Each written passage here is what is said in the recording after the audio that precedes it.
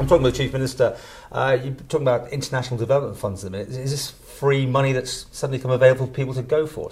No, it's existing money. It's just trying to get better value for the money that we hand charities? out. Yeah, it's international aid. So overseas aid. Overseas aid. So it's very contentious, isn't it? Well, it is. But I have to say that if you compare ourselves with the Crown dependency, Jersey gives about 7 million. Guernsey, much smaller population than the Isle of Man. I think Guernsey is about 50-odd thousand. Jersey is just over the 100,000. Even Guernsey gives more than us at I think they're 2.8 million, and Jersey is 7 million. So we've now giving 2.5 million. So we are sadly way behind. But it does cause people a lot of thought, because one minute you say you can't, pay people to do this, and then it goes overseas. It's part of our international obligation. But not only who obligates us though to do it. Well, we're seeing tick of a box. We sell ourselves as an internationally responsible jurisdiction now. People say, charity begins at home, but, my house, and I'm generalising now, has running water. My house has a free health service. My house has free education. You know what people are going to say, though? There's people on the Isle of Man who are using the food banks, and they can't make but these people, Paul, have nothing. Their houses have been burned, their loved ones bombed.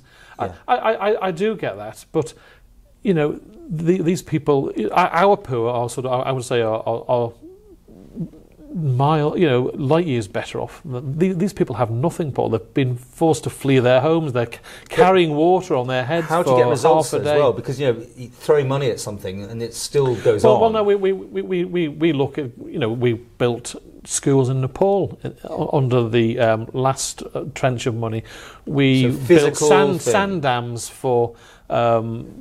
So you're not just giving it to a charity and they spend it how they like. You actually do want to see a certain result. Yeah, we're looking at our people on the Isle of Man working with maybe 4 key charities to look at doing major projects where we can see the results. We get reports on where the money's going. I've written to all the charities on the Isle of Man, ensuring that they have a proper standards and compliance to ensure that the people at the coalface working with the people we're trying to help are properly vetted and there's a proper code of conduct, etc. So it's just trying to constantly improve the offering and value for money. And it's so worthy, but we are living in a first world situation where we've got too many potholes and you can't get them sorted out. Car tax keeps going up. You're constantly creeping on certain things that just keep going up above inflation rates. But making the poorer here. But these people that we're helping have nothing, Paul, and surely our humanity. And I'm just playing devil's advocate with you. Yeah, the people of the Isle of Man are incredibly generous anyway. I think if you look, you only have to look at the poppy trophy. Is it down to the private sector? I say private people individually to give to who they want to, rather than the tax man's dollar being just sent off? Well, I think it's a combination of both. People, just because government give money, people don't say, "Well, I'm not going to give a penny because my." That's their choice. It's their choice, but as I said, we are an internationally responsible jurisdiction, and as a does anyone make you do this, or is it just that thing that you can put on a piece of paper saying we have done our moral responsibility? There's no law forcing us to do it, but there is a set target that all internationally responsible governments should give a certain percentage of their budget to international aid. How much are you giving? We're giving 2.5 million. Up or down from previous years then? It's been 2.4 for a number of years. It's been frozen, but we've upped it this year to 2.5 million. And people just come to you and put a request? Yeah, we have it. We tend, the big stuff, we tend to go through the Disaster Emergency Committee, who are experienced. They know where the problems are.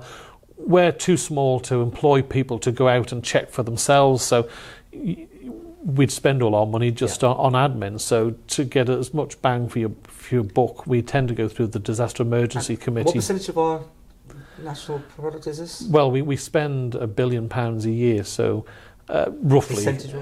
Percentage-wise, well, we're not funding as much as we should. So are you under pressure to up that? Well, I am. I'm under pressure to up it. I'm under pressure to drop it. You have to do what you think is right, and the budget showed an increase from 2.4 to 2.5 million. Is that a vote that people take in Tibble to up this thing? Was it just something that goes on behind the scenes? No, it was there for all to see in the budget. And I put it in my budget speech. That our when people say charity begins at home, I think I said our home has running water, our home is safe. our home has education and health service. And how happy are you with Isle of Man PLC, with, I mean, not just the potholes, but just the general, Strand Street's being done again, the last bit, absolutely. There's a feeling that, what is that feeling out there, do you think? Well, let's look at the facts. We've got a new hotel being built as we speak by Marks and Spencer's.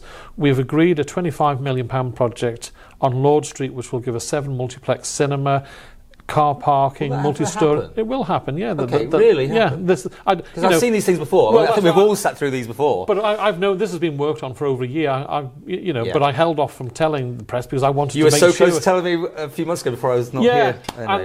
And I don't like to announce something unless I'm really confident that it's going to go ahead. We've got major reinvestment in the Mount Murray. We've got the Ramsey Park Hotel.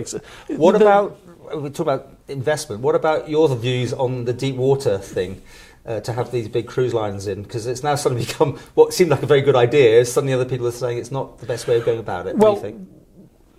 People are getting confused, first and foremost. We're proposing to spend £90 million on Douglas Harbour over 3 years.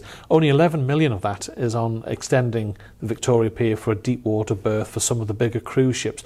The rest of it is good maintenance. The harbour hasn't had any maintenance in a long time, and the side thrusters on some of the ships have undermined the wall. I'm sure no one's got a problem with that, but what's your view on deep water berth? Do you think this is a good idea and money well spent? Well, if you listen to the interviews that my good friend and neighbour Chris Robertshaw is promoting, about it. He's wanting to do a major deep water berth costing over about £100 million. Well, he thinks the money spent on this thing is just down the drain, isn't it? £1 million a year we needed in dredging each year. He thinks. He thinks. I'm not an expert on the tidal flows, etc. We've employed experts, and it may well be that we need to do some dredging on this. Are you for it or not? I am for this, but initially I had been more on the Chris Robertshaw side of taking that gamble and having proper, deep water berth facilities for more significant ships to get in, but only if the business case added up, because it's taxpayers' money. We've got to make sure that there's a good return on £12 per person that comes in the actual end. Well, you've got to get thousands of people every year just to pay the interest on that. Yeah, they're selling past us all the time. Must be very frustrating. Yes, they don't stop. Big ships. As a family, we go on lots of cruises, and the big ships tend to.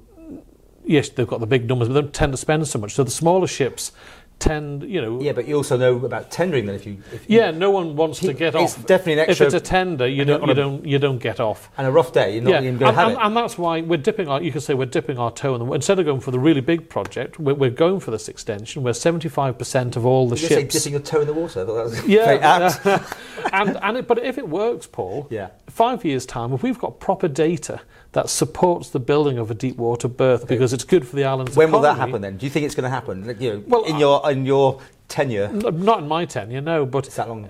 But the actual building of what's being proposed now will hopefully happen in my tenure, subject to Tynwald approval. But this business case, for this works. It shows a return to the taxpayer.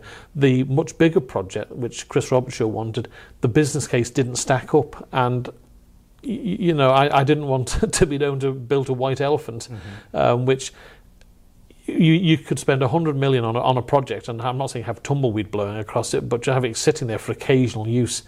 It's taxpayers' money. So the return, there's a business case which supports what we're proposing. The business case did not stack up on the evidence that we had for this. The big deep water. So your berth. plan, the one you're putting forward, only 11 million pounds been spent.